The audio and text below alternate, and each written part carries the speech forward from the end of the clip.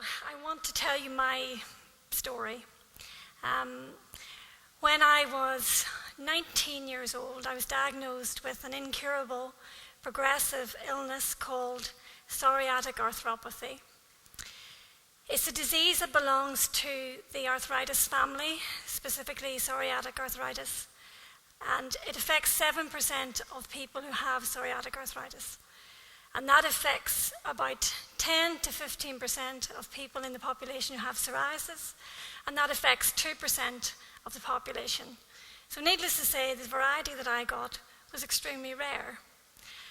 There was no reason for it. There's no genetic predisposition in my family.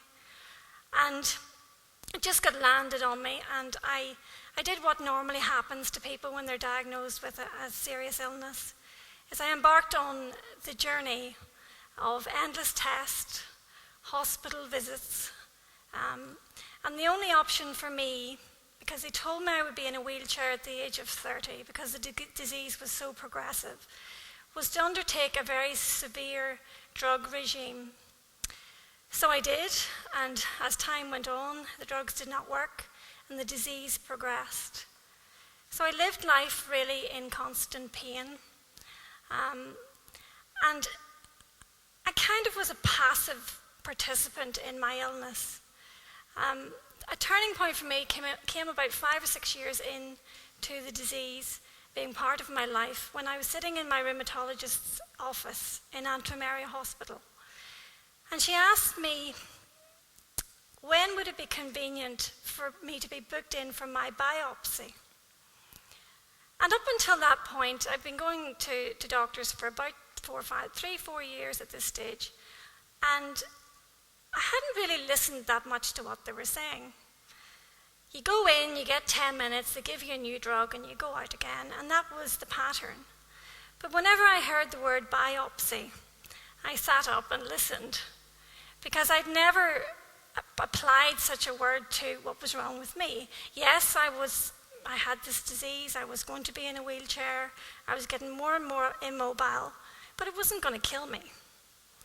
It turned out that one of the drugs that I was taking had a high incidence of causing the liver to turn cancerous, and I didn't even know. So they wanted me to come in for my biopsy where they would check whether my liver had started to turn cancerous or not. So for me, I've been having weekly blood tests. I'm like a pincushion, and sometimes I'll examine my little marks just to remind myself of where I've come from. And I didn't question what the blood tests were for. I simply was waiting for my knight in shining armour, or my doctor in a white coat, to ride over the hill and rescue me from this disease. So as I sat in that waiting room and I reflected on the fact that I'd gone from someone who was going to be possibly in a wheelchair, most likely in a wheelchair, but I would live, to someone who would possibly end up in a box way before my time.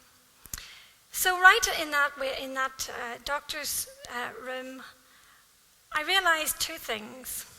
The first thing was that I was actually really sick. I'd spent all of that time ignoring the fact that I was sick. I would go into hospital, I would get my regime, whatever it was, and I'd go back to work. And I was on this roller coaster of actually I'm normal and I'm like everybody else. But I wasn't.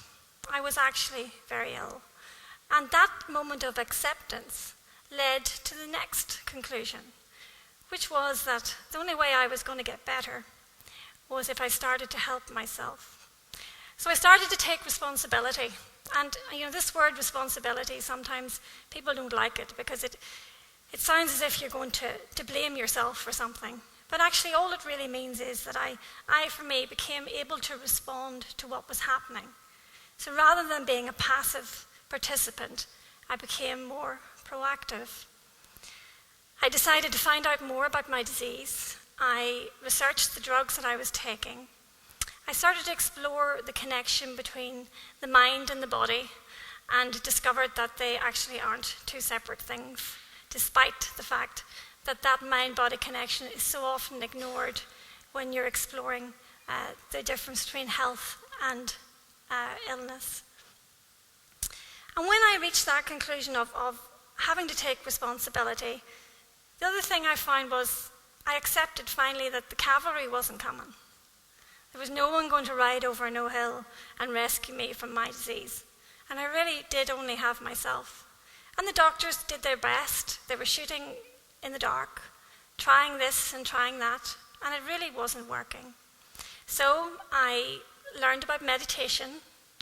I used hypnosis to control my pain.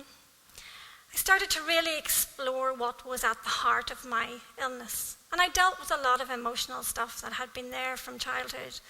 And slowly but surely, within 12 months, I was weaned off all my medication, including the one that was going to turn my liver cancerous. And within 2 years, I was in complete remission. And I have been in complete remission now for 8 years. So I believe that there is a lesson in every journey that we go through, and I reflect back on what the lesson was for me, and I learned a number of things. I talked earlier about acceptance and responsibility. I apply those two principles to everything that happens to me in my life. We all have challenges. We all face problems and issues. It might be a bad relationship, a job that you hate, illness like mine, an illness worse than mine perhaps, mental, emotional illness. And perhaps it's happening to you.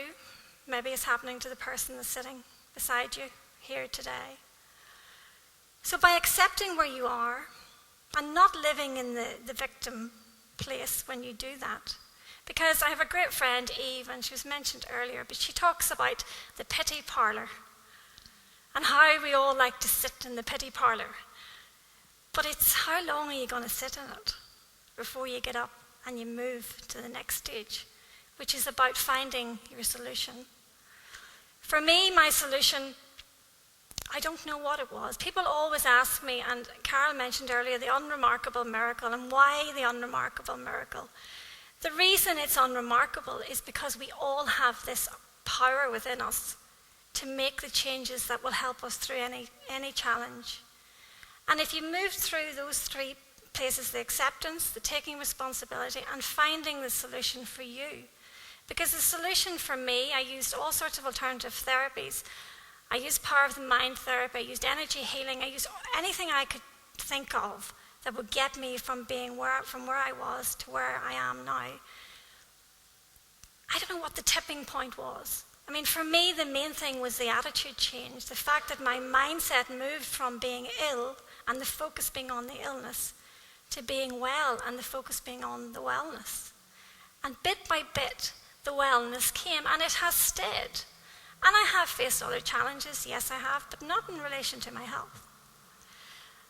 I think that the unremarkable bit, and I know, because someone has said that to me before, Carol, why unremarkable? And it is about, I think if you go down the road of it being remarkable, it makes it something that other people can't achieve. And that's just a lie that we tell ourselves, because sometimes achieving things is kind of hard. And you have to put a bit of effort into it, and you have to be focused, and you have to be your own best experiment to get yourself through whatever challenge you're in. For me, I found freedom. I found freedom from pain. I found freedom from that bloody wheelchair. I found freedom to be able to dress myself in the morning. And I never take any of that for granted anymore. Every day I reflect back on the box. And it's in a nice little neat box. And that's where it's going to stay. But I know the box is there. And that makes me still remain proactive. It also means that, for me, one of the greatest lessons out of the entire experience was that I found myself. When you're sick, one of the key things that happens is you lose your identity. And there's been a lot of talk today about identity and who you are as a person. And when you're ill, the illness becomes who you are. You know, I became the disease and the disease became me. And the process of going from a reactive place to a proactive place meant that I found myself. And to me, that is the most important freedom of all, the freedom to be yourself. And I want to leave Nelson Mandela, a wonderful man and a great example to all of us. I want to leave you with a quote of his that says, "It always seems impossible until it's done." Thank you.